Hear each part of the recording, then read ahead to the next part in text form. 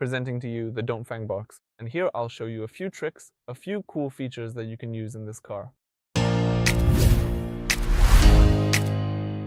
So let's start with the main screen. The main screen, as you can see, features this cute little cat, which you can tap and it will perform a little movement for you. But as far as functional things go, we can control our lighting here. Ambient. If we click on this lamp here, we can choose such presets. Random color, set the brightness of this ambient lighting and turn it off or on auto. The second thing we can do on this main screen is open this drawer, and here we have access to our favorite apps. We can add some of our own favorite apps. There aren't too many of them, but there are a few, so you can hide them in this drawer. We can also change our status here. For example, all passes a prelude. As you can see, there are several options to choose from here. A few quotes that we can use for ourselves.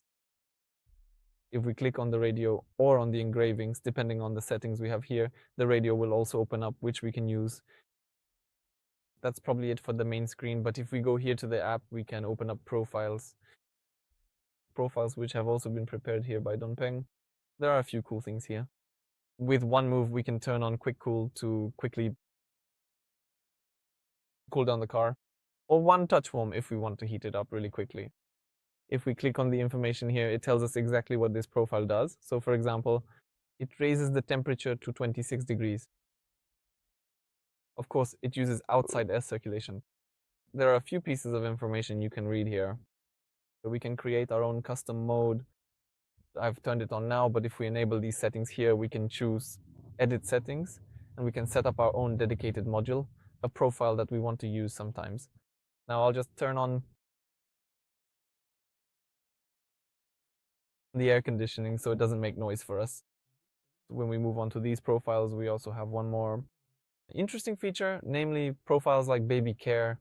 So for example, if a child is riding with us, we can turn on this baby care mode, and then the system will also adjust both the air conditioning and the multimedia levels accordingly so that it's comfortable for the child. There's also rest mode, which means, for example, we pull over, want to take a nap or rest for a moment. We set a timer, for example. It should be on for 15 minutes.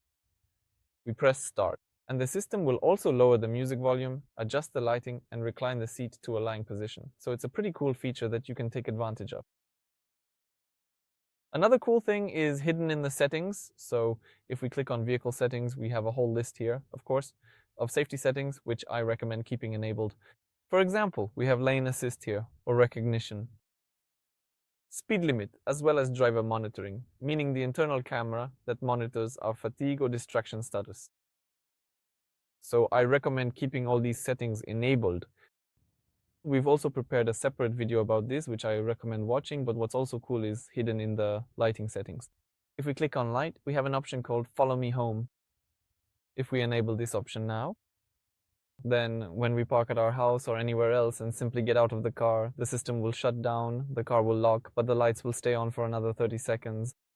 This is helpful because sometimes it allows us to reach the front door without any trouble. If we don't have much lighting, the car can simply light the way for us. For those 30 seconds, or for example 15 seconds, if we prefer that option, the lights will stay on. A really nice feature that I recommend. Next, we can move on to an option that's hidden in vehicle settings. And here, of course, you should check if all the door and window options are enabled, because these are really useful features. For example, there's an option for the doors or even the windows to close automatically when you walk away from the car, or proximity auto unlock, where the car unlocks itself when you approach the car. Very helpful. And the last thing I also recommend checking out and getting familiar with is the sound settings. If you scroll all the way down, there's a section called Sound and Effects Settings.